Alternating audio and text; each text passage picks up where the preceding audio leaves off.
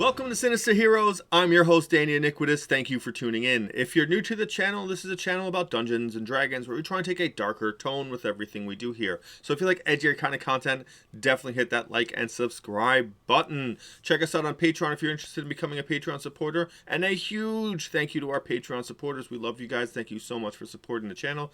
And a big thank you to our good friends at Dice Legion. If you need dice, ttrpg stuff, accessories, anything for your IRL games, definitely check them out. Use the promo code Sinister, get 10% off. We are doing a huge push for 2,000 subscribers. We cannot do it without you guys. So if you're a returning viewer and haven't subscribed yet, definitely hit that subscribe button. It really means a lot to us. And thank you for all of your support.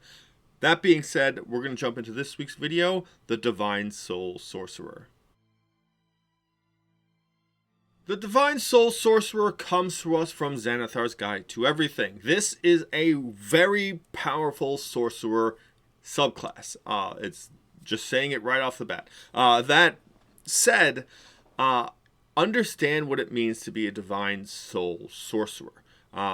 As sorcerers are touched from some sort of magical entity or plane of existence, everything kind of reflects what that is. Now, this is when you're touched by the upper planes, or like the celestial planes, Mount Celestia, things like that. This does not mean you have to be good.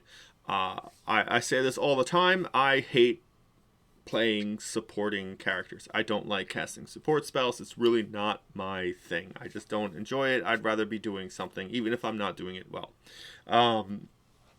So understand that this does not pigeonhole you into being anything. You can be any kind of alignment, and it's reflective in some of the later abilities. So I want to make sure to reinforce the idea that if you see this subclass and you think, oh, I don't want to play a super goody kind of character, you don't have to.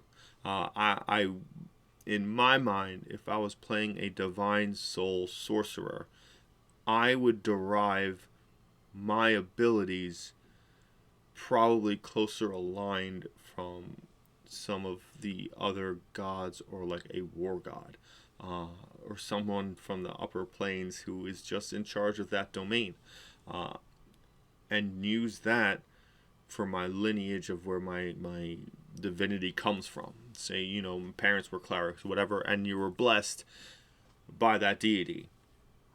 But that's not to say other things might influence your life, and you might become that aggressive, hateful kind of a person and had that reflect, because your divine power won't go away because you're not a good person, and use that to mold who my Divine Soul Sorcerer is, because the world shapes you and the world is cruel.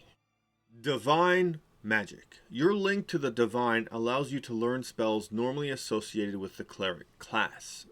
When your spellcasting feature lets you learn a sorcerer cantrip or a sorcerer spell of first level or higher, you can choose the new spell from the cleric spell list or the sorcerer spell list. You must otherwise obey all restrictions for selecting spells, and it becomes a sorcerer spell for you.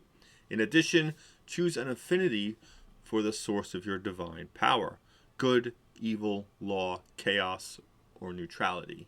You learn an additional spell based on that affinity. As shown below, it is a sorcerer spell for you, but it doesn't count against the number of sorcerer spells you know. If you later replace the spell, you must replace it with a spell from the cleric spell list. Now, obviously I'm going to mention my favorite ones. Evil being inflict wounds, and chaos being bane. Now, you get those spells, you can swap them out later, and that should really be something that's very reflective of your character. You know, say you happen to be a divine soul of Magoobliet. Yeah, inflict wounds is going to be pretty on brand for a hobgoblin that was warborn and has been given this great opportunity to show the life of Magoobliet. And practice and beliefs and conqueror mentality, and use that spell. Like, that should be like, oh, you know what? We're interrogating someone. Now we got to put them down. I'm going to use that spell. That being just for the affinity, understand what that means. The cleric spell list is awesome, and the availability to manipulate that with meta magic and have all those spells coincide with one spell casting attribute gives you this huge pool of awesome spells to pull from. Now, first and foremost, as soon as the cleric spell list gets thrown around, people automatically assume you're going to have to heal everyone and support them. My feelings on that are rather aggressive.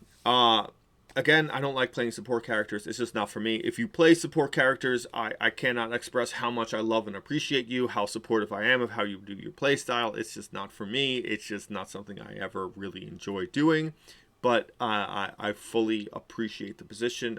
It's a lot of respect for people that love to do that. And what you do when you enjoy that is what sets up victory for everyone else, period. Without you, there's a great change in how you have to play the game. So a lot of love to all you guys out there that love to play support characters. I really would avoid picking up a lot of healing spells. Mainly because you're a sorcerer, your spells that you can know are very, very limited. So you have to be very, very specific in what you're doing. So keeping that in mind, I pick up one or two just in case I need to, though it would really not be my thing. But you can twin spell cure wounds or healing word. So it might be something worthwhile to keep track on. But don't let yourself be forced into playing a role that you don't want to play.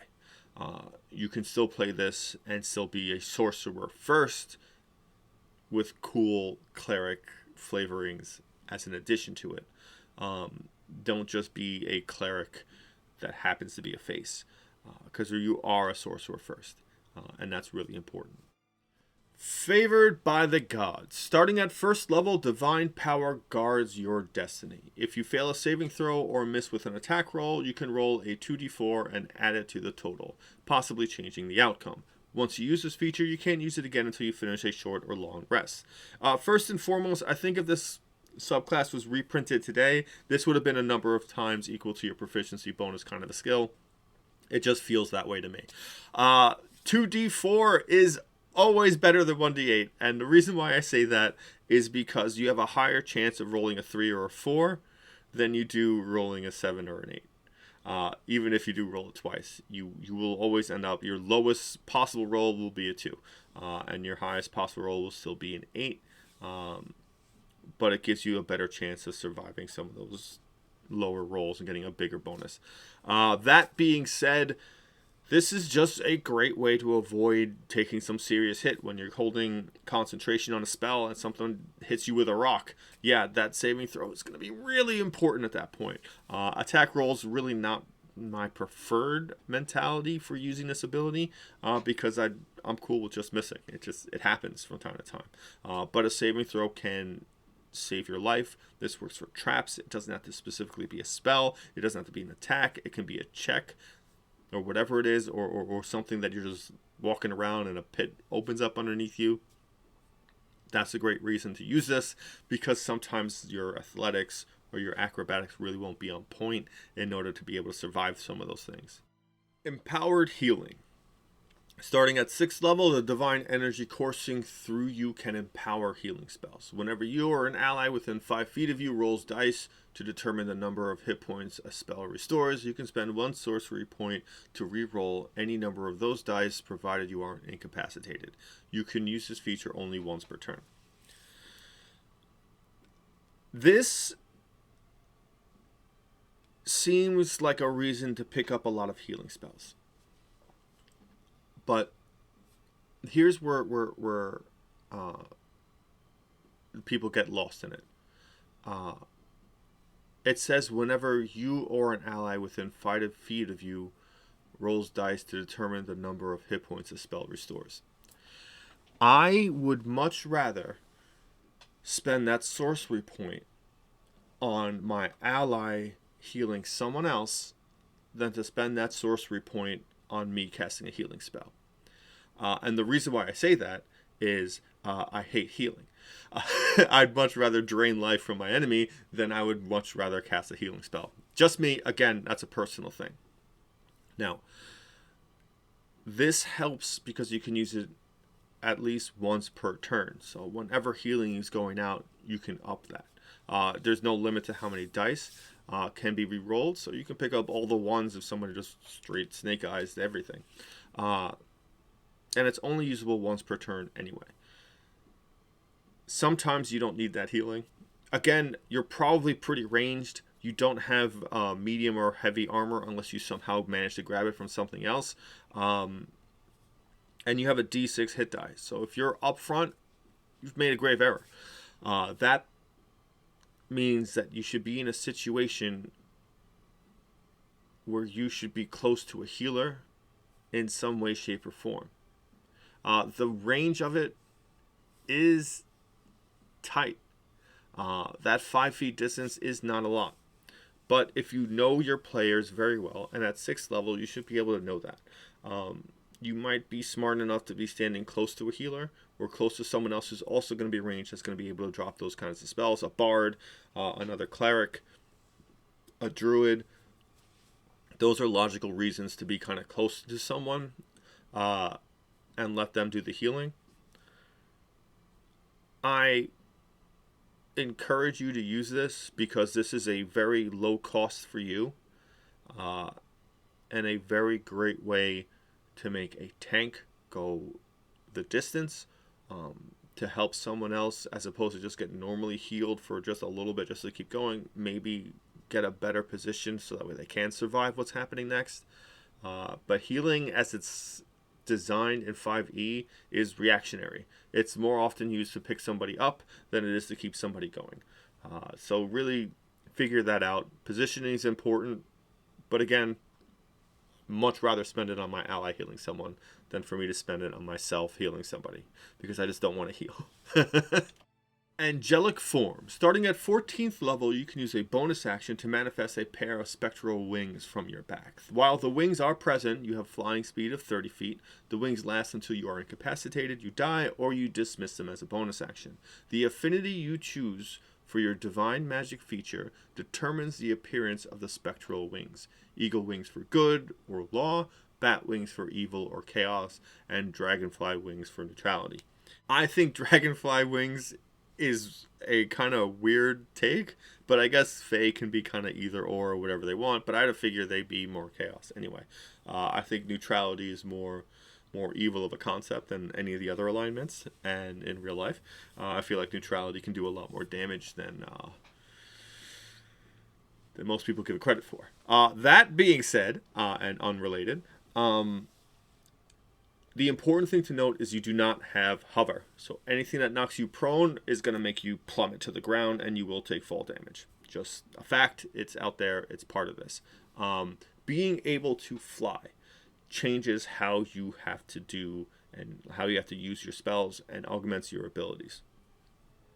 You can use things like Spirit Guardians and just hover above them and just kind of try and stay within that range where you still hit them because that spell radiates outwards from you. So it's important to keep things like that in perspective. If you are the only person flying, then your empowered healing is really only going to work when you actually cast healing spells, just so you're aware. I like that the theme of what your affinity is still reflective on the flavor of what you look like. I think this is a great way to instill the fact that you don't need to be super good, super lawful in order to play this subclass, that you can really do anything and be chaotic and be Fey-like and whatever it is and really fit into whatever mold you want. And I think this is a nice subtle way to reinforce that idea. Unearthly Recovery. At 18th level, you gain the ability to overcome grievous injuries. As a bonus action, when you have fewer than half of your hit points remaining, you can regain a number of hit points equal to half your hit point maximum. Once you use this feature, you can't use it again until you finish a long rest. This is the circumstance with using abilities like this. It is a huge, huge heal. But you have to use it kind of at the right moment. if you're jumping into a dungeon and got hit really, really hard for whatever reason in that first combat, and you're at half HP, maybe not the best time to use it. If you're in a situation where you've done all your short rests for the day, this is your fight, or you know this is going to be the only fight you have, as soon as you reach half HP, from that point on, you're only ever going to regain the same amount of HP. So if you're not going to sit there and constantly heal yourself or use hit die after this or whatever, you might as well just use it. And the reason why I say that is because if you wait till you have like maybe a third of your HP left and then you use it, it doesn't change anything. There was no difference in the result because you gain the same amount of hit points back. So you're not gaining yourself any additional time. If you're being hit that often, there's a reason. Using this as soon as possible might give you the availability to make your escape as soon as possible. That's kind of a worst case scenario event. But gauge it. It's one of those abilities that if you get knocked down and then you get revived, you're at 1 HP, yeah, jump this unearthly recovery, and now you're up to a little bit over half your HP. This is something you have to use. It is. You're going to use this as if you get up to 18th level and you're a sorcerer at 18th level, you do not have a monumentous amount of HP. So they will plummet pretty quickly. And if you get jumped pretty badly, there's a lot of multi-attacking enemies that you're going to be fighting. So you'll take a lot of hits very quickly. Use it. It's a great trump card to get yourself back to a decent fighting position, or to make yourself feel more comfortable. Sometimes I get nervous. Sometimes I get panicky when I'm at like 5 HP and I'm being surrounded. Like if I use this earlier, it gives me a little bit of buffer. I can think a little bit more clearly and not get too worried about what's going on. The Divine Soul Sorcerer has the greatest spell list available. The meshing of the cleric and the sorcerer spell list give you such an opportunity to have just absolutely everything you could need. Where sorcerer is more blasty, the cleric has a lot of cool damaging spells and a lot of buffing spells and a lot of utility spells. So you get this great concept of what your character can be. And I always believe that the spells you choose should reflect your character, and it should not always be just the best spells available at the spell slot level. It's not that you shouldn't use certain spells because they're good. You should use spells because, obviously you're going to need to pick up some of them. But who your character is should be the main focus of what your spells work, or what your spells are.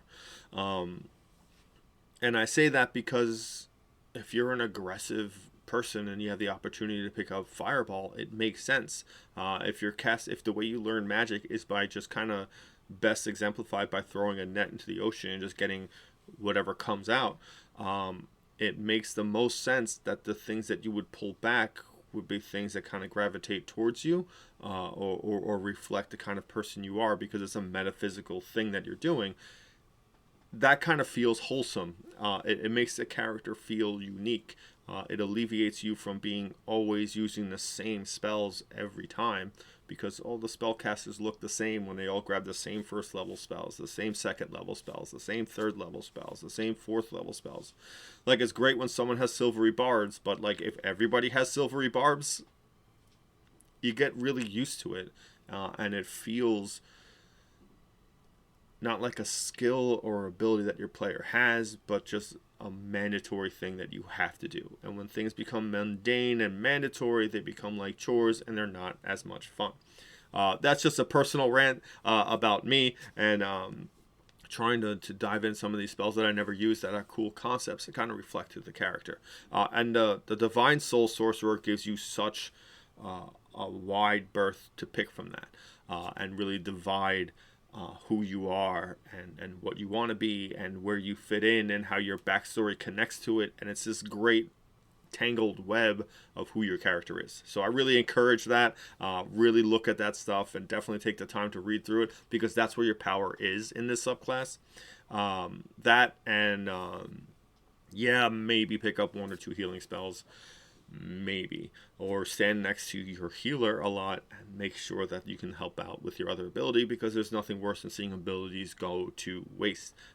Flight is amazing. You'll get a lot of use out of it, and it'll just be very, very cool to be this impending holy figure raining horrible pain and suffering on everything around them with radiant damage from the Mount Celestia. That being said, we're going to bring this video to a close. If you've made it this far, definitely hit that like, and if you really enjoyed the content, hit that subscribe button. Again, we're trying to push for 2,000 by the end of the year. We cannot do it without you, and it means the world to us if you do. Big thank you to our Patreon supporters. Without you, we wouldn't exist. There's a lot of stuff that you guys do for us. We are very, very grateful to you for all of that. If you're interested in becoming a Patreon supporter, the link is in the description. Big thank you to our big good friends at Dice Legion. Use the promo code Sinister, get 10% off all your purchases. They're great for IRL games, or if you want to give like little knickknacks and stuff to your DMs, there's a lot of stuff there too for you. When all is said and done, thank you for giving a spooky kid a chance.